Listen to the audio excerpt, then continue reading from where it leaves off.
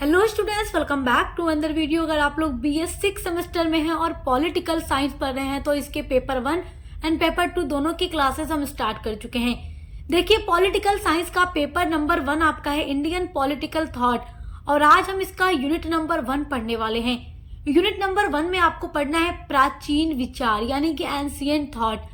आपको Indian ancient thought के बारे में पढ़ना है, यानी कि जो भारतीय प्राचीन विचार या चिंतन है उनके बारे में आपको यूनिट नंबर 1 के अंदर पढ़ना है, जिसमें आपको मनु के विचार पढ़ने हैं, कौटिल्य के विचार पढ़ने हैं या उसके अलावा अगाना सुत्त और जैन परंपराएं, इनके बारे में यूनिट नंबर 1 में आपको पढ़ना है।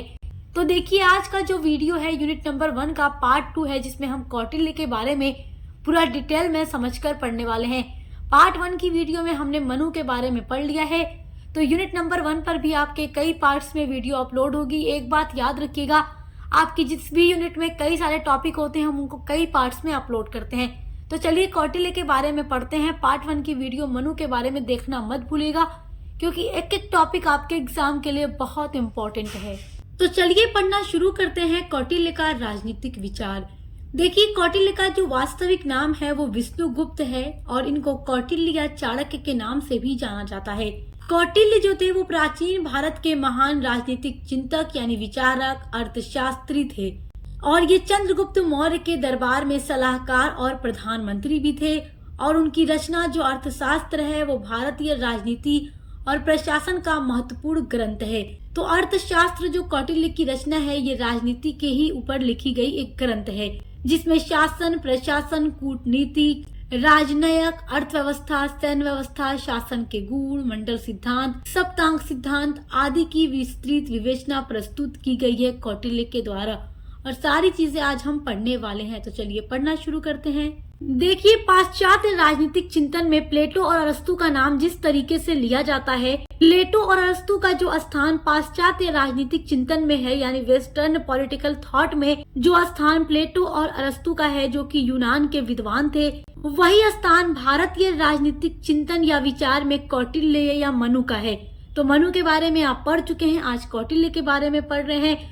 और जब आप लोग BA 4th सेमेस्टर में थे तब आप लोगों ने पॉलिटिकल साइंस में प्लेटो और अरस्तु के पाश्चात्य चिंतन को पढ़ा था, सब हम आपको पढ़ा चुके हैं। चलिए अब पढ़ते हैं कौटिल्य के द्वारा राज्य की उत्पत्ति का सिद्धांत क्या है, जो कि एग्जाम के पॉइंट ऑफ व्यू से वेरी वेरी इंपॉर्टेंट है। जिस तरीके से मैंने इस वीडियो में नोट्स तैयार किया है, अगर आप एग्जाम में जाकर इस तरीके से लिखेंगे तो आपको पूरा नंबर मिलेगा। देखिए, कौटिल्य ने राज्य की उत्पत्ति के संबंध में सामाजिक समझौते के सिद्धांत को स्वीकार किया है। कौटिल्य के अनुसार राज्य की उत्पत्ति से पहले समाज में अराजकता थी और इसी स्थिति को कौटिल्य ने मतस्य न्याय कहा। क्या कहा? मतस्य न्याय, यानी कि राज्य की उत्पत्ति से पहले समाज में अराजकता थी, तो कौटिल्य ने उस स्थिति को मतस्य न्याय कहा था। तो देखिए, समाज में जो अराजकता फैली थी उस स्थिति को कौटिल्य ने मतस्य न्याय कहा। तो मत्स्य न्याय का मतलब होता है जिस प्रकार जो बड़ी मछली होती है छोटी मछली को खा जाती है, ठीक उसी प्रकार जो शक्तिशाली व्यक्ति होते हैं वो कमजोर व्यक्तियों का शोषण करते थे। समाज में भय और असुरक्षा थी। इस व्यवस्था से तंग आकर लोगों ने मनु को अपना राजा बना लिया।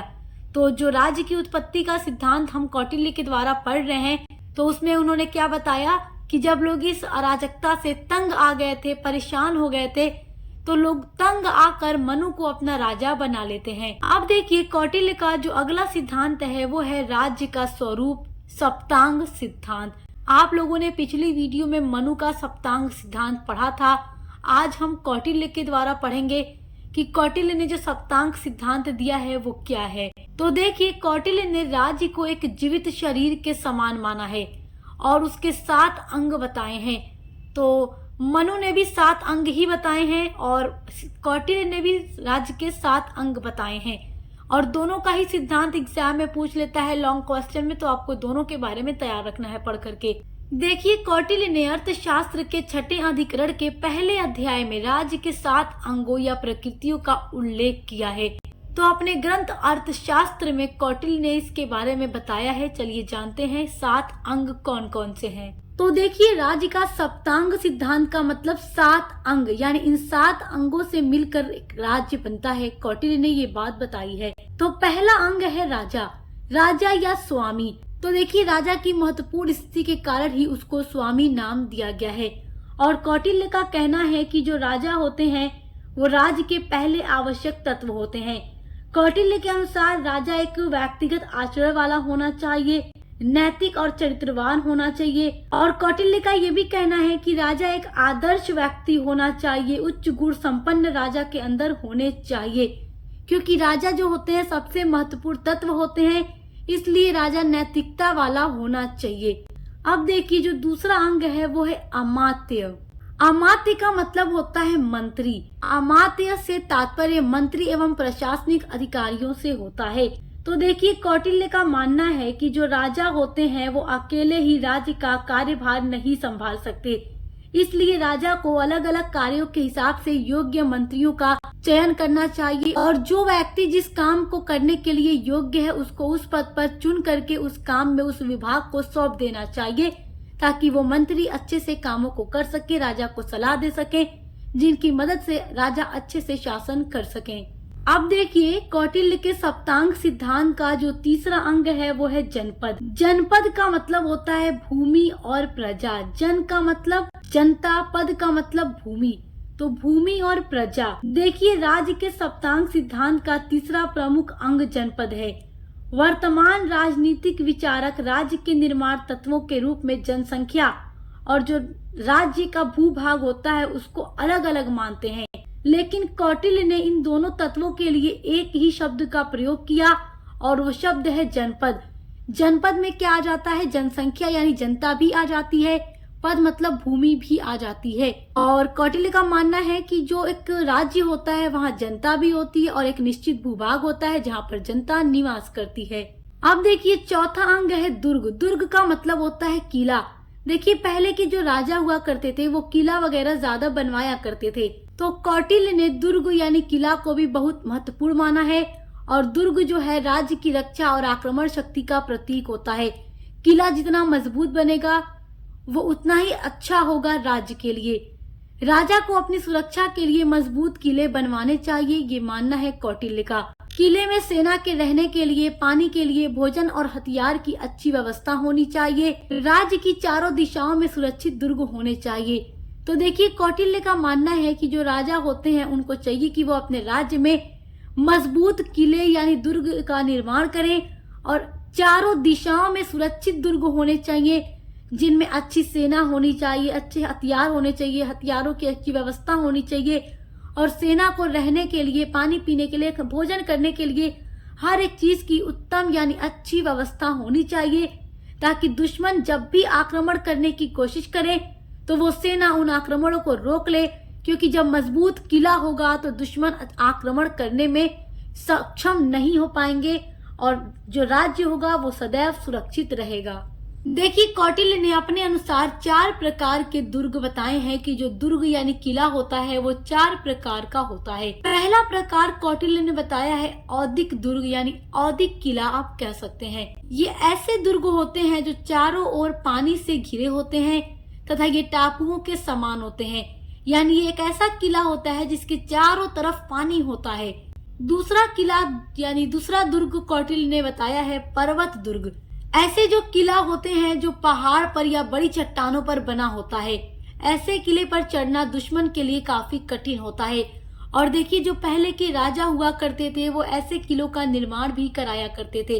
पानी के बीच में भी किले बनते थे, पहाड़ों पर भी बनाया जाता था, ताकि जो दुश्मन है वो किले पर चढ़ न पाए और हमला न कर पाए। इस तरीके से जो राज्य होता था वो सुरक्षित होता था। तीसरा जो दुर्ग बताया है कौटिल्य ने वो है धानवन दुर्ग, जो सूखी या रेगिस्तानी जमीन पर बना होता है जहां पानी और घास कम होती है। और चौथा दुर्ग है वन दुर्ग, जो चारों तरफ जंगल या घने पेड़ों से घिरा होता है। दलदल या कांटेदार झाड़ियों से वो सुरक्षित रहता है, जहां पर दुश्मन आसानी से हमला नहीं कर पाते। तो कौटिल्य के अनुसार ये 4 प्रकार के दुर्ग होते हैं। आप इनको याद रखिएगा क्योंकि एग्जाम में क्वेश्चंस जरूर पूछे जाते हैं। इसीलिए देखिए प्राचीन समय में जो राजा होते थे वो किले बनवाया करते थे और उनका ध्यान अक्सर किलों की तरफ ही होता था कि किले अच्छी अच्छी जगहों पर बने, मजबूत हो, अच्छी सेना हो, ताकि दुश्मन से निपटा जा सके या दुश्मन हमला ही न कर पाए। कौटिल्य के अनुसार राज्य का जो 5वां अंग है वो है कोष। कोष का मतलब जैसे देखो, राज्य को चलाने के लिए धन की आवश्यकता होती है, तो वही बात है कोष। राज्य एवं प्रशासनिक व्यवस्था के संचालन के लिए यानी उनको चलाने के लिए धन की आवश्यकता होती है और धन के बिना कोई भी कार्य नहीं किया जा सकता। इसीलिए राज्य का महत्वपूर्ण आधार कोष होता है और राजा का पहला कर्तव्य यह होता है कि वो कोष में वृद्धि करने के लिए हर संभव कोशिश करे ताकि उसके पास कोष हो, ताकि वो राज्य के कार्यों को अच्छे से चला सके, उनका संचालन कर सके। अब देखिए, कौटिल्य के अनुसार राज्य का जो 6वां अंग है वो है सेना या दंड। कौटिल्य के अनुसार दंड का अर्थ होता है सेना। सेना राज्य की सुरक्षा का प्रतीक होती है।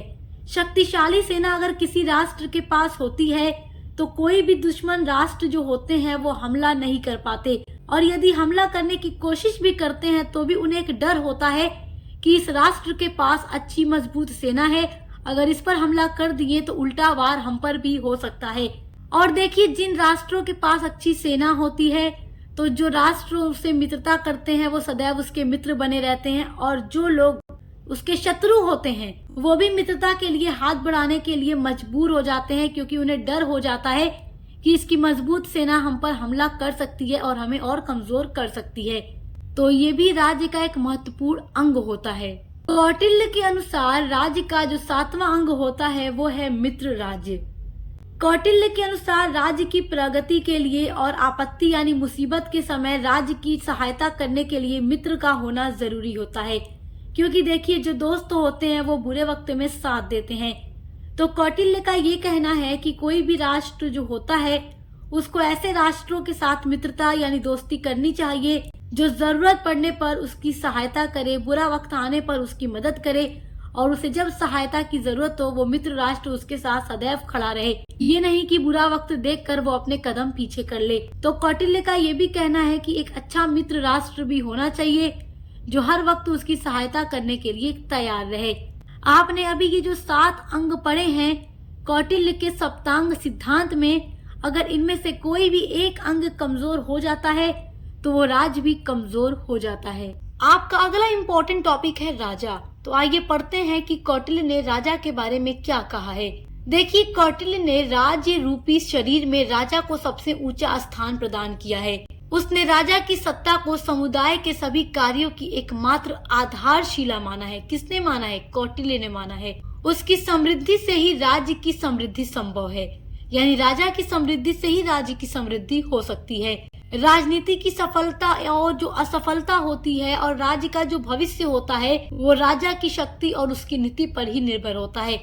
राजा की जो शक्ति होती है और राजा जो नीतियां बनाता है, यदि वो सब कुछ बहुत अच्छा है तो राज्य का भविष्य हमेशा अच्छा होगा।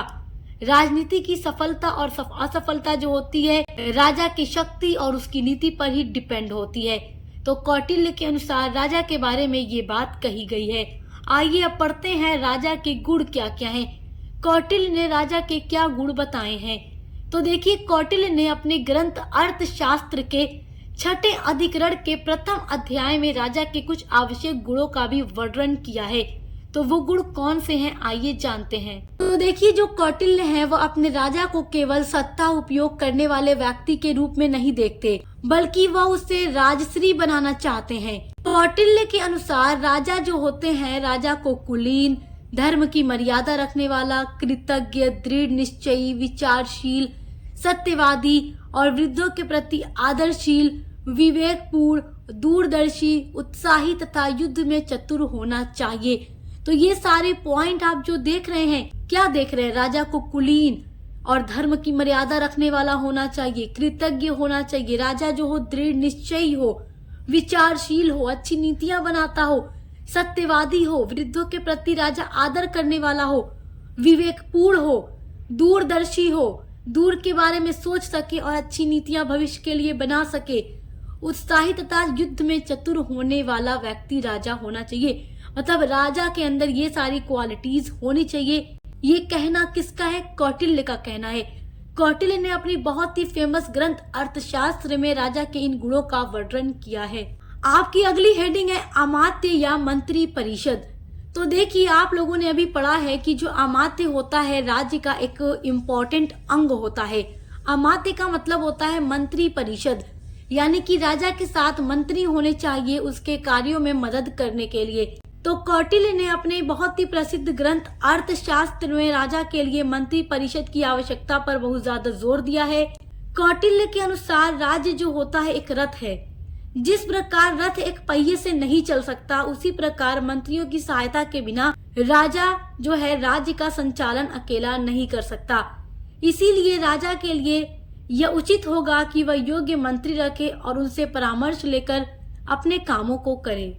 आइए पढ़ते हैं कौटिल्य का मंडल सिद्धांत, जो कि आपके एग्जाम के लिए वेरी वेरी इंपॉर्टेंट है और लॉन्ग क्वेश्चन में हर साल पूछता है। जब हमने इससे पहले मनु के बारे में पढ़ा था तो वहाँ पर भी हमने मनु का मंडल सिद्धांत पढ़ा था, क्योंकि जो मंडल सिद्धांत है वो कौटिल्य के द्वारा भी दिया गया है, मनु के द्वारा भी दिया गया है।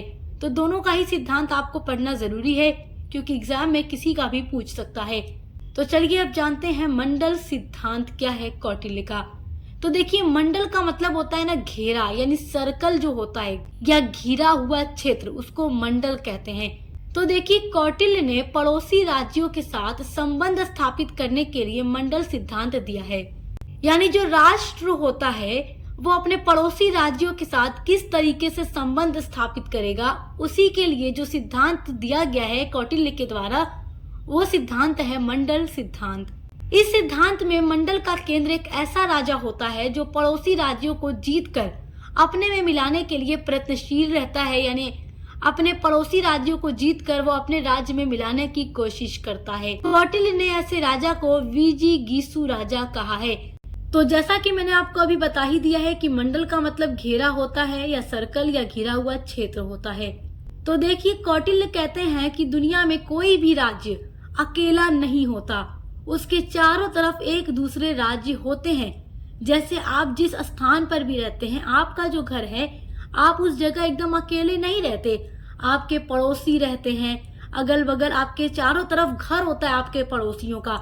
बिल्कुल उसी तरीके से दुनिया में भी जितने देश हैं अकेले नहीं है। हर देश हर किसी न किसी देश के साथ सटा हुआ है, चिपका हुआ है, और हर देश का पड़ोसी देश जरूर होता है।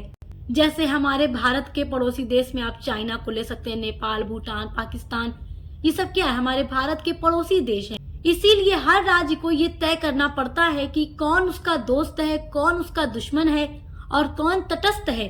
तो देखो, जो अक्सर पड़ोसी राज्य होते हैं ना, पड़ोसी जो देश होते हैं, वो अक्सर दुश्मन होते हैं।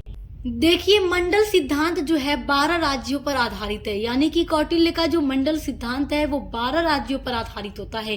कौटिल्य के अनुसार एक राजा का जो पड़ोसी राज्य होता है स्वाभाविक रूप से उसका दुश्मन यानी शत्रु होता है, क्योंकि जो पड़ोसी राष्ट्र होते हैं वो अक्सर दुश्मन होते हैं। तो ये बात कौटिल्य ने बताई है अपनी बुक अर्थशास्त्र में। विजिगीषु राज्य से अलग किंतु पड़ोसी राज्य से मिलता हुआ राज्य विजिगीषु का मित्र होता है। विजिगीषु का मतलब वो राज्य जो अपना यानी विजिगीषु यानी अपना खुद का राज्य, और उससे मिला हुआ सटा हुआ जो राज्य होता है पड़ोसी, वो दुश्मन होता है। उसके बाद का जो राज्य होता है वो अक्सर मित्र होता है। तो इन राज्यों के अतिरिक्त 2 अन्य प्रकार के भी राज्य कौटिल्य ने बताए हैं, एक माध्यम राज्य और दूसरा उदासीन राज्य।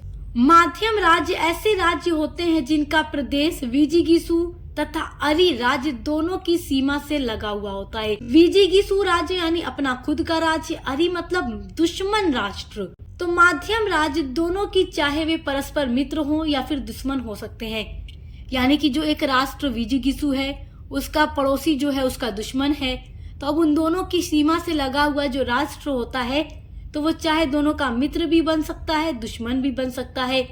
जरूरत पड़ने पर वो सहायता भी कर सकता है या फिर दोनों से अलग अलग वो युद्ध भी कर सकता है। अब देखिए, जो उदासीन राज्य होते हैं, ऐसे जो राज्य होते हैं वो विजिगीषु, अरि तथा माध्यम इन तीनों की सीमाओं से परे होता है और ये बहुत ही प्रबल शक्तिशाली होता है। जो उदासीन राज्य होता है वो जरूरत पड़ने पर विजिगीषु, अरि या माध्यम तीनों की सहायता भी कर सकता है या तीनों से जरूरत पड़ने पर मुकाबला भी कर सकता है। तो आइए अब इसका निष्कर्ष देखते हैं। देखिए, मंडल सिद्धांत जो है एक व्यावहारिक और यथार्थवादी सिद्धांत होता है। ये जो सिद्धांत है वो ये बताता है कि जो राजनीति होती है वो भावनाओं पर नहीं बल्कि स्वार्थ, सुरक्षा और शक्ति संतुलन पर आधारित होती है। राजा को अपने चारों ओर के राज्यों को ध्यान में रखकर ही विदेश नीति बनानी चाहिए। यानी मंडल सिद्धांत ऐसा सिद्धांत होता है जिसमें ये देखा जाता है कि कौन से राष्ट्र हमारे दुश्मन हैं और कौन से राष्ट्र हमारे दोस्त हैं। तो ये सारी चीजें देखकर ही विदेश नीति बनानी चाहिए। आइए अब पढ़ते हैं कौटिल्य का सड़गुण सिद्धांत। ये आपके लिए भी बहुत इम्पोर्टेंट है, तो आइए इसके बारे में समझते हैं। देखिए, विदेशी राज्यों से व्यवहार के संबंध में कौटिल्य ने सड़गुण अर्थात 6 लक्षणों वाली नीति का प्रतिपादन किया है। तो देखिए, पहली नीति है संधि यानी कि समझौता करना। देखिए, कभी कभी क्या होता है कि कुछ राज्यों में जब आपस में संघर्ष होने लगता है तो युद्ध की स्थिति होने लगती है, तो राज्य जब युद्ध नहीं करना चाहते तो वो ये सोचते हैं कि चलो आपस में संधि कर लेते हैं, समझौता कर लेते हैं ताकि युद्ध से बचा जा सके। तो ऐसी स्थिति में राज्य जो होते हैं आपस में समझौता करके युद्ध को टाल देते हैं। तो इस तरीके की भी नीति बनाई जाती है ताकि समझौता करके शांति स्थापित की जा सके।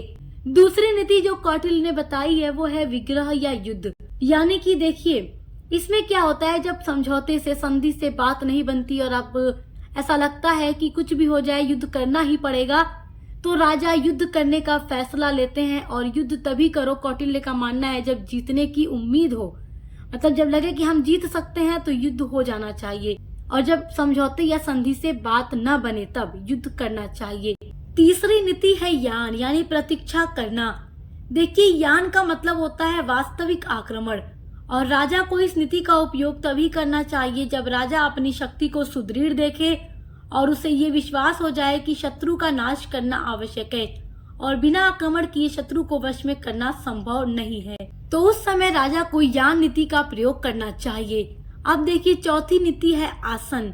देखिए, आसन का मतलब क्या है कि जब दोनों राज्य जिनका आपस में मतलब संघर्ष चल रहा है या जो भी हो रहा है, जब दोनों राष्ट्र की शक्ति लगभग समान हो तो तब न युद्ध करना चाहिए और न ही संधि, बल्कि प्रतीक्षा करनी चाहिए और सही अवसर मिलने पर लाभ उठाना चाहिए। यानी कि इंतजार करो और परिस्थिति को देखो, उसके बाद जो भी हो सके वो करो, चाहे संधि करो या आक्रमण, जो भी करो या आक्रमण की तैयारी करो शांत रह करके।